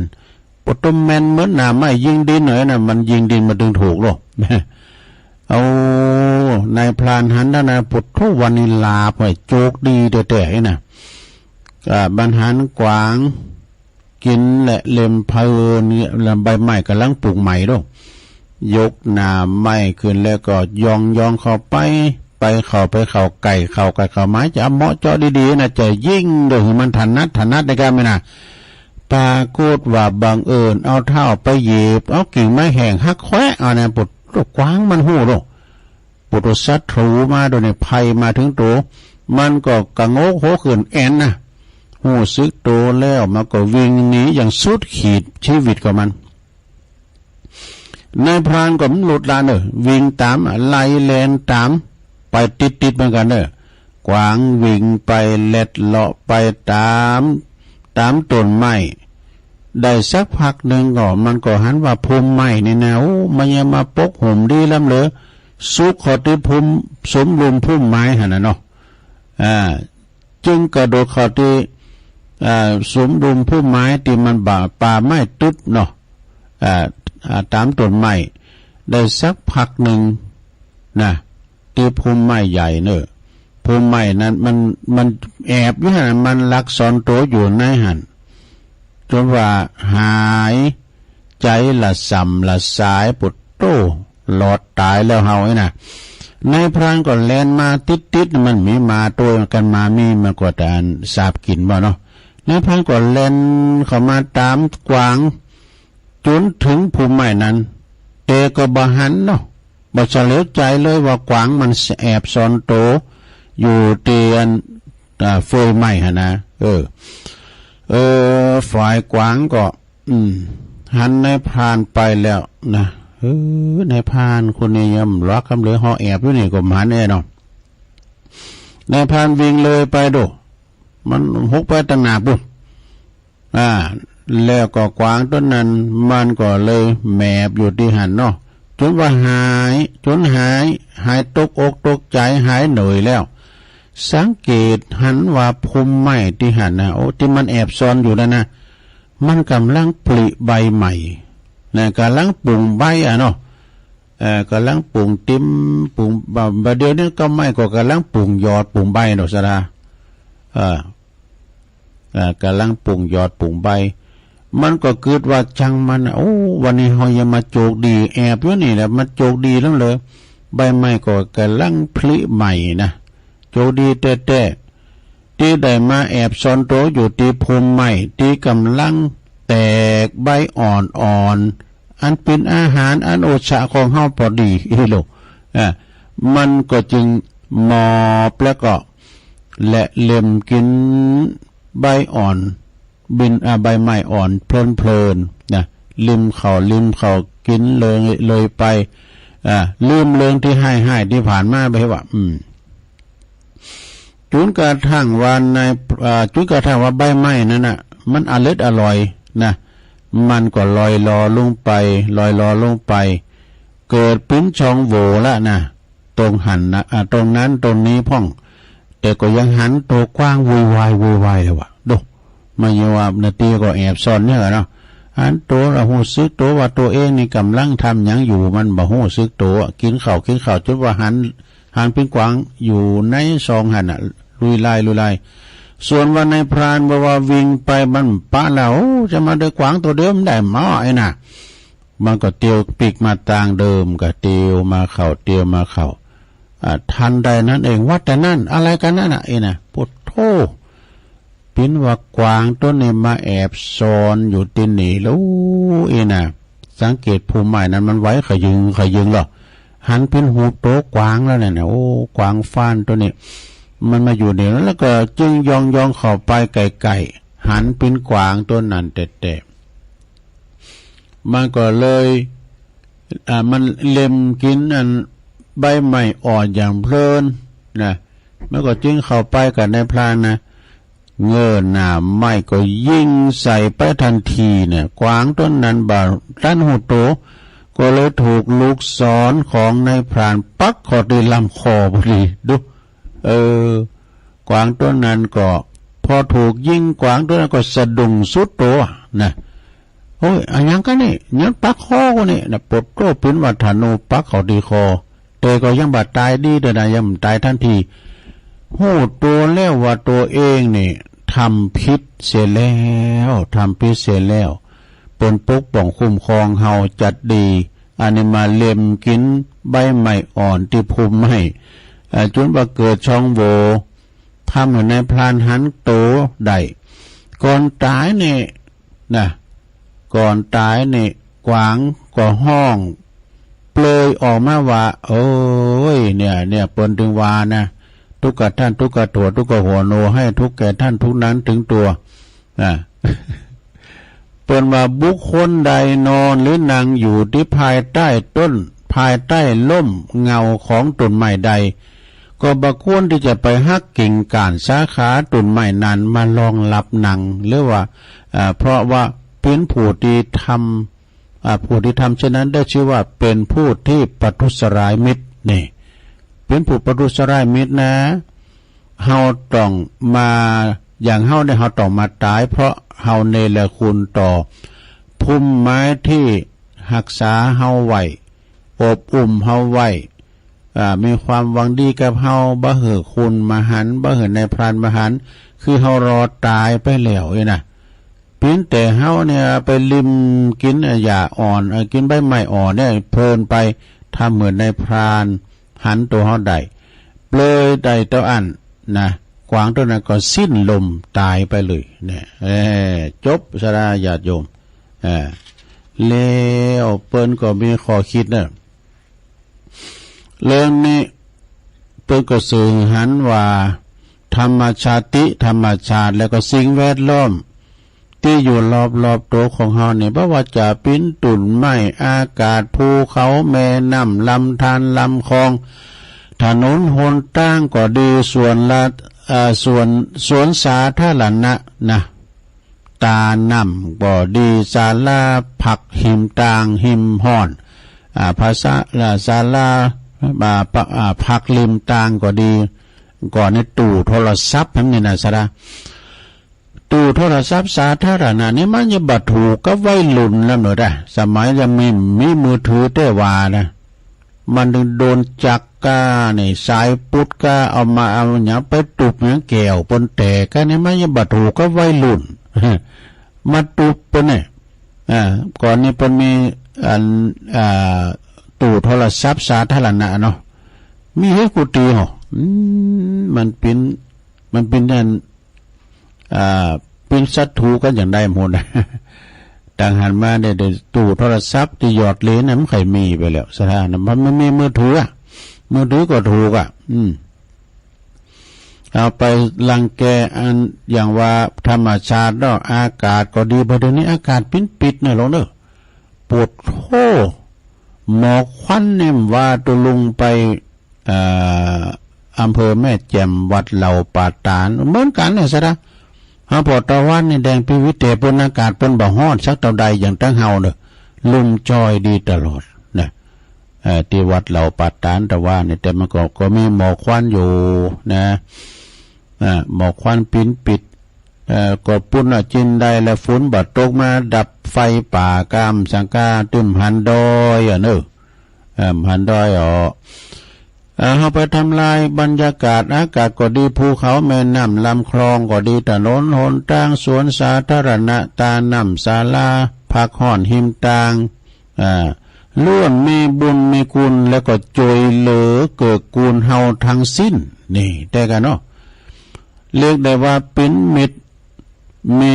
ติมาของบุญคุณต่อคุณเฮาเป็นอย่างมากเนาะการที่บ่ฮู้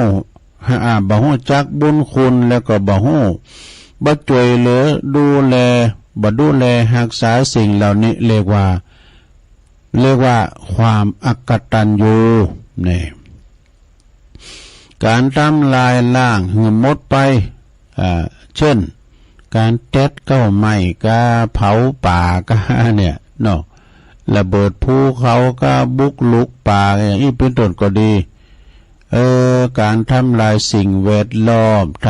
ำเสริมเสริมสภาพไปเช่นทิ้งขยะลงในคูคลองก็ดีทำโสกปรกเน่าเหม็นก่อมลพิษแล้วก็อากาศ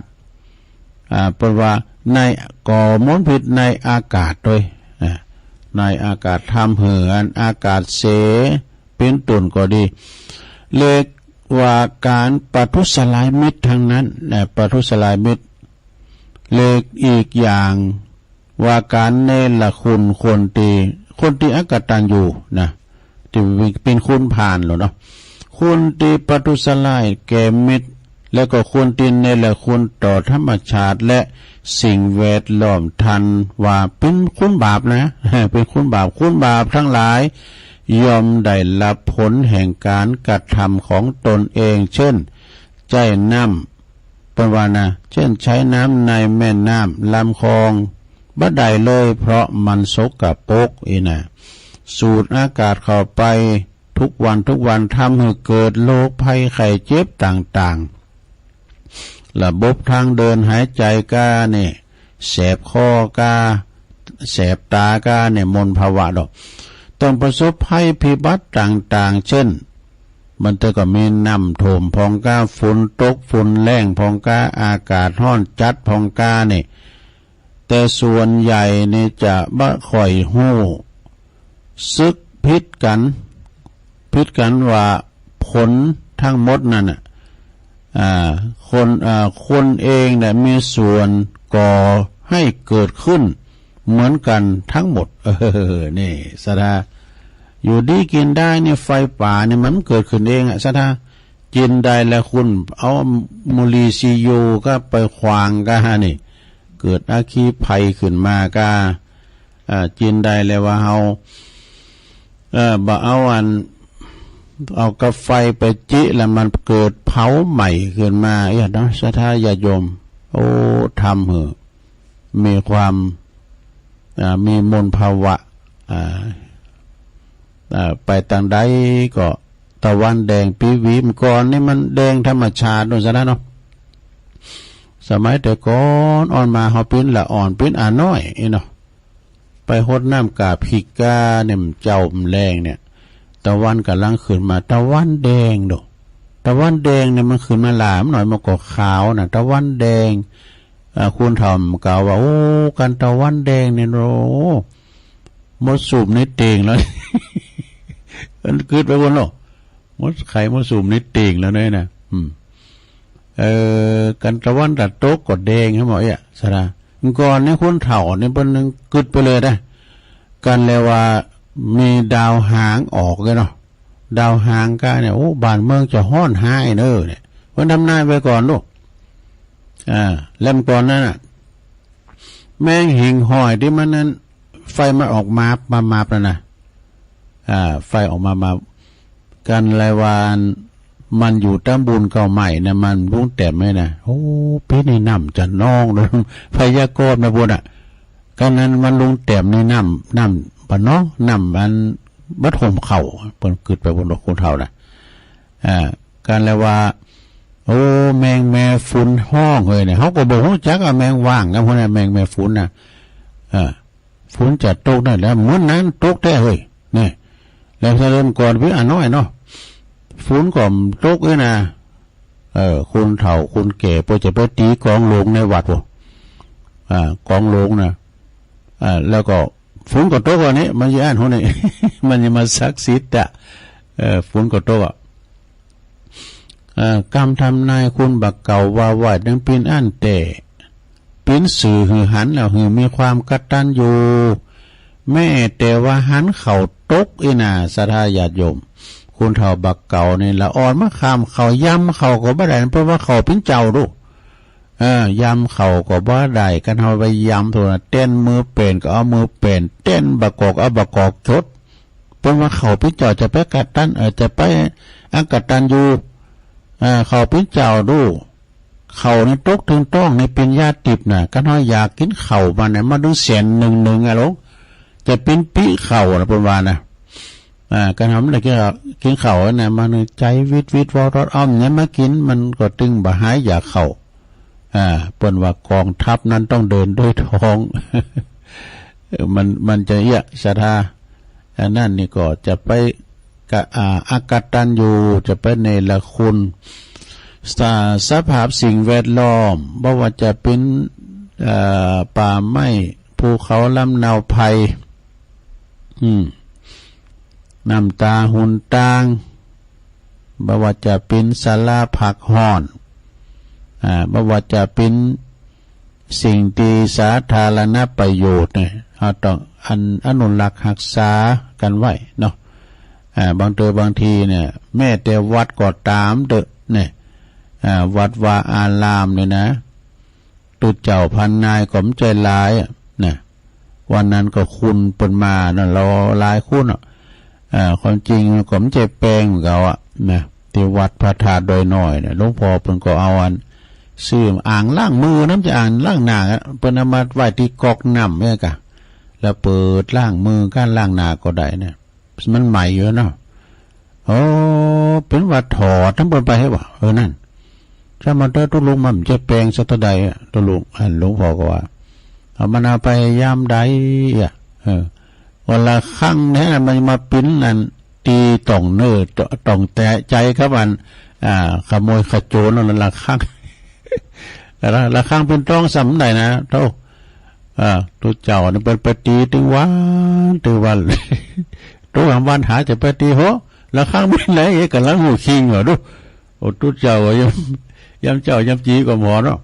ลุงม่ามเจ้าจะปฏิละครั้งสัญญาณอันสูตรด้วยกะโอ้เป็นวันเหลือกระเจิกมัน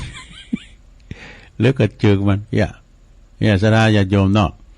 แต่น่าจะเป็นประมาณน่าช่วยกันสอดส่องดูแลกับทางวัดวาอารามพันเนนก็ไม่ใช่ลายหรอกตุลุงว่าจะเล่าเรื่องอานิสงส์การโบสถ์ว่ะไม่ได้เล่า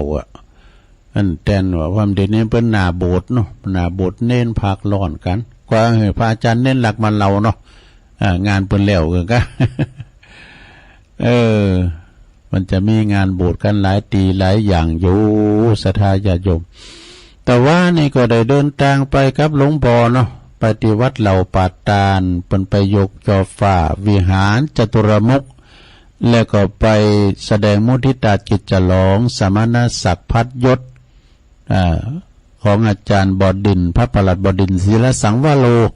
หรือว่าท่านพระอาจารย์เบิ้มนะเป็นอยู่วัดเหล่าปาตานแม่แจ่มวันนะได้ราชทินานามที่พระครูสังวรพระครูศีลสังวรนะเอาครูบาอาจารย์ก่อนนักเนื้อศรัทธาในเมตตาบารมีธรรมประเดชพระคุณท่านเจ้าคณะจังหวัดเจียงใหม่ละปูนแม่ห้องสอนหลวงปอวัดป่าดาราพิลมนะเป็นไปปิ้นประธานเนาะแล้วก็หลวงพ่อพระครูอินทยานรังสีครูบาบุญมาเป็นก่อไปศรัทธาเทระผู้ใหญ่ครูบาอาจารย์ก่อนหนักนะซะนะโตตึงธรรมยุทธตึงมหานิกายเปิ้นก็ยกย่อฟ้าและแสดงมุทิตาจิตคุณก่อนนักพี่น้องปากายอแต่แล้วก็ห้องเฮนแต่เราเห็นประมาณแถมฟอนกันซะนะเพิ่มปิกมาพอเกือบ3 ทุ่มมาถึงวัดซะนะขนาดมาเที่ยวแรกนะอันโชเฟอร์เปิ้นหูตีเสียนต่างเนี่ยมาตั้งหลัดมาตั้งรออินทนนท์เนี่ยกะนะก็มาหันงานเปิ้นเรียบง่ายเนอะซะท่าแล้วก็คุณก่อนลายด้วยแล้วก็มีคุณภาพนะท่านนายอำเภอแม่แจ่มก้าเนี่ยเปิ้นก็มาเป็นเข้าเป็นกันแล้วก็มาติมอกติมใจเนาะพิธีกรโคศกเปิ้นอู่โมนจ้าหวานได้แต่เปิ้นจางอู่จางจาเนี่ยเป็นคู่มากันนะมันอยู่ทั้งปลายเนี่ยนะตั้งเฮาเนี่ยติดต่อไปหลายงานหลายวัดเหมือนกันนะเพิ่นจะมาอยู่เอาแล้วศรัทธาญาติโยมเนาะตอนนี้ไปตุลุงก็หันว่าจะได้ประกาศข่าวสารงานบุญครูบาอาจารย์สักเล็กน้อยก็งานก็ความจริงมีงานหลายนะที่ห้อมหู้ทำเนี่ยนะวันนี้แล้วเนอะที่ปุ่นวัด วัดพระธาตุดอยขุมเงินตำบลนาทรายอำเภอลีจังหวัดลำพูนเพิ่นก็จะมีงานงานประเพณีเจริญพิธีเจริญพระพุทธมนต์รับทายทานฉันเพลทำบุญไหว้สาแล้วก็สงน้ำพระธาตุพระเจ้าตันใจด้วยยกยอดชัดยกแล้วยกยอดฉัดเจดีย์จตุรทิศนี่ยกจอฟ้ายอดชัดศาลาเมตตาธรรมตัวนี่วันนี้นะศรัทธาวันดิสาวันพุกแต่วันนี้ก็เริ่มละนะ31 เมษายนเป็นเวลา9 โมงครึ่งเป็นต้นไปเนอที่วัดพระธาตุดอยขุมเงินอำเภอลีในเมตตาบารมีธรรมครูบาโตเนอเปิ้นจะทำพิธีกันทำงานหนึ่งนี่ก็วันนี้เหมือนกันวันนี้วันพุกเหมือนกันเนอที่อาจารย์ท่านพระอาจารย์สมเพชรปัญญาโนเปิ้นได้นำเรียนมาเนาะก็ขอเชิญโลมทำบุญเนาะทำบุญงานฉลองตราตั้งเจ้าคณะอำเภอดอยสะเก็ดในเมตตาบารมีธรรมพระเดชพระคุณหลวงพ่อพระครูมงคลศรีละวงศ์นะเปิ้นจะได้ดำรงตำแหน่งเป็นเจ้าคณะอำเภอดอยสะเก็ดที่วัดเมืองวะเนาะลงเหนือปุ่นนะวันนี้วันที่30เปิ้นจะมีการทักษิณานุปทานนะอุทิศบุญกุศลแด่บุรพาจารย์พระสงฆ์เป็น100นะวันนี้เป็น100ปลายเนาะวันนี้ได้ยินข่าวหลวงพ่อครับท่านพระครูอภิวัฒนวิกรมนะแล้วก็หลวงพ่อพระครูสาธุกิจนันท์จะเดินทางไปวันเนี้ยนะแล้วก็วันพุธวันที่31 มีนาเนี่ยเพิ่นก็จะมีพิธีการสืบชะตาหลวงนะเป็นสิริมงคลครับหลวงพ่อเจ้าคณะอำเภอดอยสะเก็ดเนาะสถานไปเนอะปากันไปแสดงมุทิตาจิตแล้วก็ไปเปิดห้องตานกันนะฮะนะแล้วงานต่อไป12 เมษายนได้เลงเนอะ12 เมษายนนี่ก็งานบุญประเพณีวันกตัญญูหลวงปู่ครูบาอินโทวัดใหม่หนองหอยเนอะวัดใหม่หนองหอยก็ตั้งอยู่ตำบลสันติสุขอำเภอดอยหล่อเฮานี่แหละนะในเมตตาบารมีธรรมอาจารย์พระครูสังวรยติกิจอันเป็นเจ้าอาวาสศิษย์กตัญญูในหลวงปู่ครูบาอินนะเปิดจัดกุปี12 เมษายนเนอคุณหลงคุณหลายแล้วก็มีโฮงตานหนักตุยมีอีกเก้งพอได้เนอต่อจากนั้นก็18 19 20 เมษายนบนเนอปวดตรงอันนี้ก็งานปล่อยหลวงศาลาโฮงโควัดช้างขาน้อยเนอเนอเพิ่นจะมีขึ้นในวันที่18 19 20 เมษายนก็ไปกินไปตางกันด้วยงานปล่อยหลวงมันมื้อนะจะมีให้เตอหนึ่งนะที่วัดสังขน้อยเนื้ออันพระใบดีกาไพฑูรย์ขันติทาโลนะเป็นนั้นเสิร์ชเขาเนาะปอดจานเขาแล้วทำงานหนึ่งก็วันพุธนี่แหละเริ่มแล้วนะที่วัดสันเมืองเนอะตำบลหนองหล่องอำเภอเวียงหนองล่องก็เพิ่นจะมีงานประเพณีสงน้ำพระธาตุเจดีย์พบโชคทวีสลีสันเมืองที่วัดสันเมืองนะสดาญาโยมสันเมืองนี่ก็วัดเปิ้นใหญ่และวัดเปิ้นก็งามโดยเปิ้นจะมีการศาลาสันหลงวันนี้เปิ้นก็วันพุธเนาะวันพุธนี่เปิ้นจะมี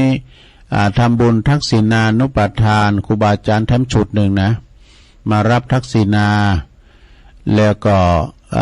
ลมทำบุญกันในตอนบ่ายตอนแรงก็คงจะมีวันคำเนาะชะท่าพระจะไปเปิดห้องตานก็ได้เนอะพระจะไปหับสังกติดต่อสอบถามตีท่านพระอาจารย์เนนลักษ์ปัญญาโนสุมาเด้อท่านพระอาจารย์เนนลักษ์วัดสันเมืองเนาะสมณเณรเอาลักษ์ปัญโยนันท์เนาะจะปัญญาโนปัญโยนันท์นามสกุลเปิ้นก็ติดต่อที่ท่านเจ้าอาวาสก็ได้นะหรือว่าตั้งปอจานเขาปอลำติบเขาก็ได้นะแต่ถ้าจะเป็นเจ้าพาพงตานก็500 บาทเด้อนะไปฟังซอกันเมื่อวันเนาะพบกับทีมงานของน้องพันนีช่างซอจากแม่แตงนี่เมื่อคืนก็ฟังไปพอย้อนยุคชูแมกเกอร์นะวันที่31แล้วก็วันที่1 เมษายนนะที่วัดสันเมืองเนอะแห่งงานหนึ่งก็สถานญาติโยมทั้งหลายก็บัดนี้ลืมเนี่ยวันที่10 เมษายน 10 เมษายนก็จะมีงานทำบุญแสดงมุทิตาจิตฉลองสมณศักดิ์พัดยศพระครูใหม่ตุลุงบุญธรรมเด้อเป็นพิจาวาดว่าราชวัดโตเทพเทากันนั่นนะเพิ่นจะได้เป็นพระครูที่วัดอรุณวิทยาวาสห้วยปันจอยเนอะเพิ่นจะมีงานฉลองผัดยศของตุลุงธรรมตุลุงธรรมตุลุงก็จำบ่ได้ว่าราชทินานามเปิ้นสั่งบ่ฮู้น่ะนี่เปิ้นโทรมาบอกตุลุงขอตุลุงไปร่วมงานด้วยก็จะไปอยู่วันที่10นะที่วัดอรุณวิทยาวาสห้วยปันจอยเนอะเป็นวันเกิดของตุลุงธรรมโดย10 เมษายนนี่นะก่อนจะถึง10 เมษายนก็วันที่7 เมษายนนี่ก็7 เมษายน67นี่ก็คือฉลองตราตั้งเจ้าอาวาสวัดมงคลวลารามหลองเคยกวาวเนอะหลองเคยกวาวจะมีวันที่7 เมษายนก็มี2 วันคำเหมือนกันเนอะตุปีนครพระอธิการนครปัญญาวุฒโธตุปีครนี่เปิ้นจะมีขึ้นในวันที่7 เมษายนเนาะ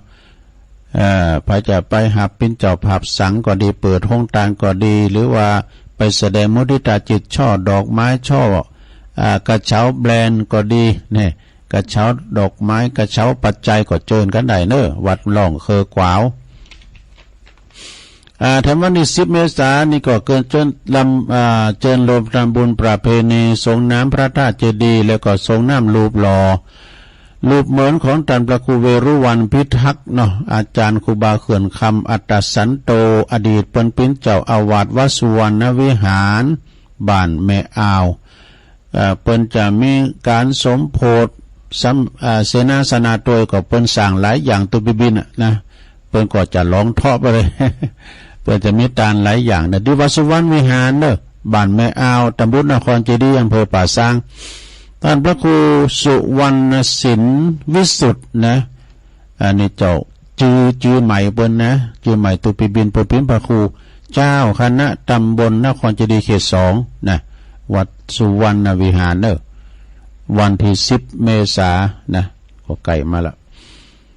งานต่อไปทำงานนี่ก็ปุ้นอันนี้มาใหม่วัดป่าอัมพวันกำลังได้ใบมานี่ป่าอัมพวันก็ตีใกล้ๆกับอันสำนักงานพุทธมณฑลที่เป็นสั่งใหม่เนี่ยนะโดยหล่อเขาเนี่ยนะเปิ้นก็จะมีงานมีงานเนื่องในวันสืบชะตาหลวงประจำปีแล้วก็เจริญพระพุทธมนต์รับทายทานฉันเพลกำหนดการก็13 เมษายนวันจักขันหลงปีมีกุปีสถานญาโยม เวลา9 โมง 9 นาทีนะที่วัดสถานที่ก็คือวัดป่าอัมพวันกลป.ตำบลดอยหล่ออำเภอดอยหล่อจังหวัดเชียงใหม่นะในเมตตาบารมีธรรมพระอธิการรัตภพนรินทร์โทเจ้าอาวาสวัดป่าอัมพวันก็เลยมาประกาศถึงเปิ้นศรัทธาญาติโยมทั้งหลายงานต่อไปทำงานนึงก็วันที่6 เมษายนจะบทเน้นผักร้อนที่วัดหนองเหงคณะสงฆ์ตำบลสันติสุขในเมตตาธรรมอาจารย์พระครูวรธรรมมานาถนะเจ้าคณะตำบลสันติสุขพร้อมโดยคณะสงฆ์จะบทกันวันที่6 เมษายนประเด็นนี้ก็ทะลุเป้าเกินเป้าไปก่อนกะว่า30เนี่ยเลยเกินไปก่อนพี่ยังนะวันที่6 เมษายนไปกินแป้ตาลกันไปรวมอนุโมทนาสั่งศาสนาทายาทด้วยกันนะแล้ววันที่3 เมษายนนี่ก็คือบทเน้นเหมือนกันที่ศูนย์ปฏิบัติธรรมอำเภอดอยหล่ออันนี้มีรอยปลายกันเนี่ยนะในเมตตาธรรมอาจารย์ท่านพระอาจารย์ไพฑูรย์มหาลาโภประธานศูนย์เปิดจะบทกันวันที่3 เมษายนหลวงพ่อพระครูสาธุกิจนันท์ไปเป็นประธานและเป็นพระอุปัชฌาย์ด้วย1 เมษายนก็ประกาศกลางเปิดด้วยวัดพระธาตุดอยน้อยนี่เหมือนกัน1 เมษายนในนี้ก็ถึง2 ตำบลตำบลดอยหล่อเขต1 เขต 2เอามารวมกันที่นี่ก็จะมีการบวกกันขึ้นในวันที่1 เมษายนวันพุธวันฮื้อละให้มันพูก็จะได้โกนผมแล้วนะที่วัดพระธาตุดอยน้อยนี่ก็ถามพระอาจารย์กำท่านพระอาจารย์ปิเลกไปว่าตอนนี้เพิ่งกำลังได้40 กว่ารูปนะแล้ว40 ปลายแล้วแล้วก็กัดจะมาทำอยู่บนต่างเป่าไว้ร้อยเนี่ยถ้าบ่ถึงซะนะเนาะละอ่อนด้อยเฮานี่นะก็จะบวกขึ้นในวันที่1 เมษายนซะนะคณะสงฆ์ตำบลดอยหล่อเขต1 เขต 2 ในวันที่1 เมษายนนะอันนี้ก็เลี้ยวไปทำงานหนึ่งนี่ซะละ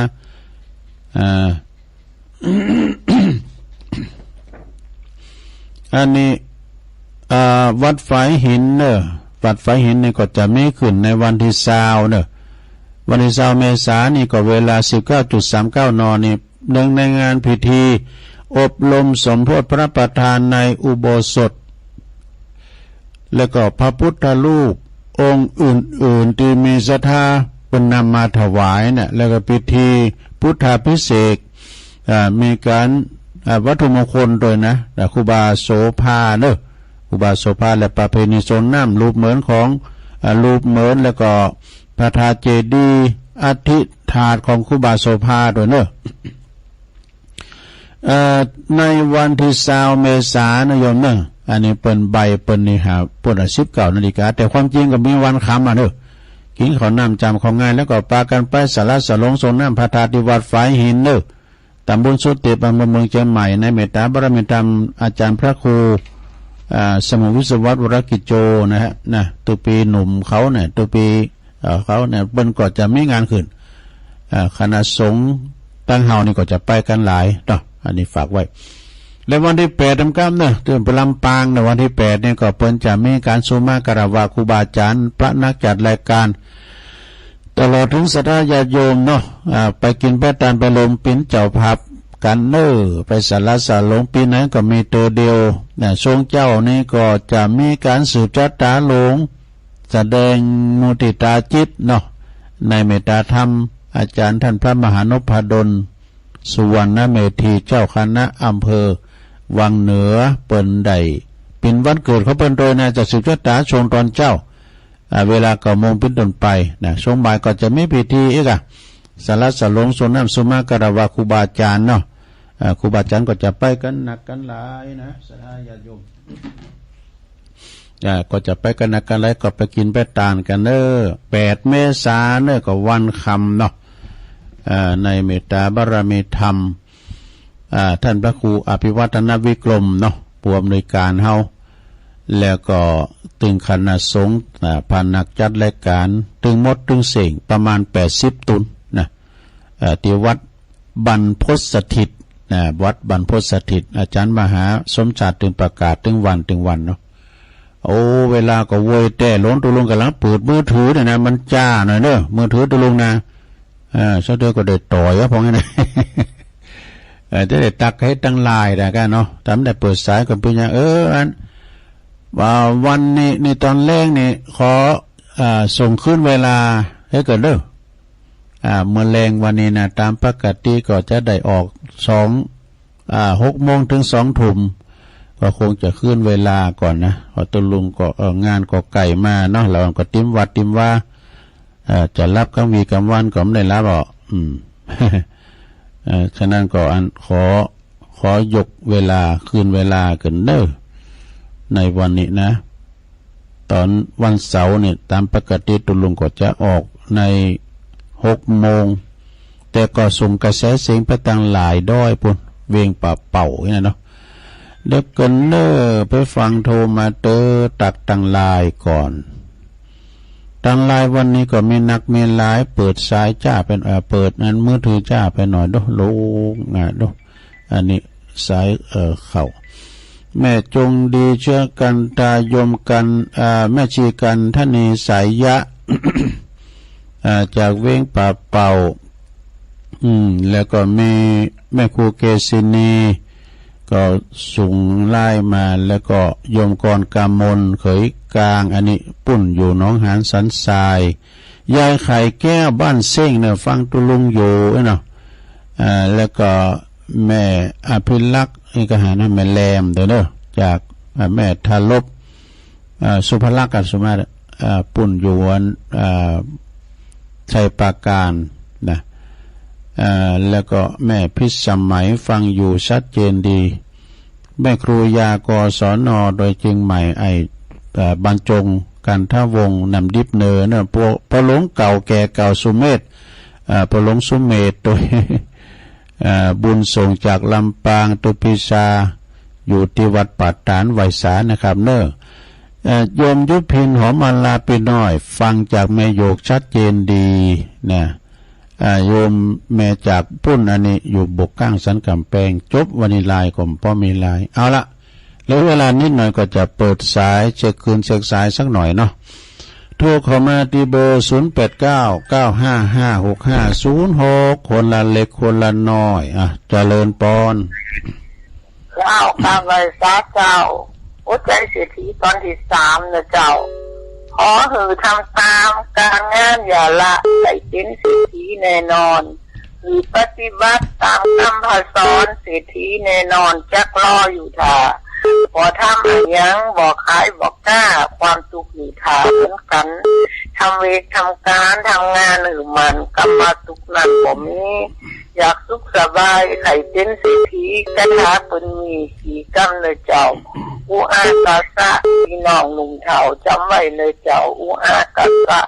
ไม่ต้องว่าได้การงานอย่าละมีความมนะทำไปไข่เป็นเศรษฐีมันอยู่บ่ไกลนี่แหละหัวใจเศรษฐีเลยเจ้าทำยองวันละคำนะเจ้าทำมาอยู่เป็นกินกันนะเจ้าภาษาไทยแปลว่าเป็นเพื่อนกันเป็นคู่กันนะเจ้าไว้สาเจ้าเจริญปอนสายต่อไปเจริญปอนแม่พิมพ์นะเจ้าแม่พิมพ์ประเดชเนาะเจ้าชัดเจนดีเนอะฟังตกลงตั้งเจ้าแล้วเจ้าดีแล้วยินดีหลายๆนะแม่พิมพ์เด้อเจ้าตูเจริญปอนเจริญปอนติดแล้วเจ้าขอโทษเจ้าทางน้ำยำฟังอยู่ในแม่จังสีเนาะสุขาเจ้าชัดเจนดีนะเจ้าเก่งโหลินจินดีนะแม่เด้อสาเจริญปอนนี่ไหนวะจังไงแม่ดูว่าพวกนั้นรถแม่บุพัดบ่โทรมาย้ำไหนแม่บุพัดเนาะแม่บุพัดเนาะเจ้ายินดีเลยทอดปลายินดีขอบคุณหลายสาธุสาธุเจริญปอนเจริญปอนภาษาเจ้าตะลงฟังอยู่เนอะจากลำปางอะไรน้อยไม่น้อยเจ้าไม่น้อยอุดดีเนาะเจ้าสัจเจนดีตะลงฟังตาเจ้าแล้วตะลงเจริญปอนกราบไหว้สาไหว้สาหลวงพ่อมานิดเนาะวันนี้ผมว่าหลวงพ่อสาธุกิจนั้นครับท่านครูพิวัตรจะมาวัดเมืองวั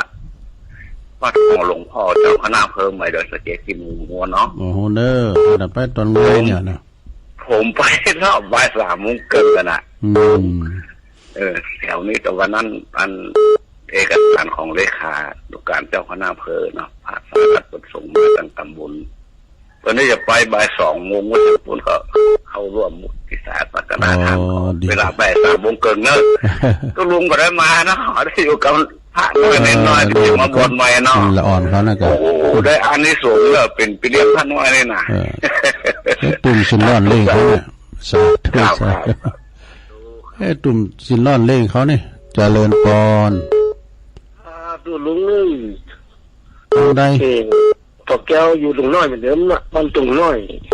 ปอกแก้วเนาะบ้านตุงน้อยครับอันถุงใส่แก้วถุงเพียงกี่วันนานนะนานเนาะครับฟังกันหนึ่งกับผมจะรู้ละ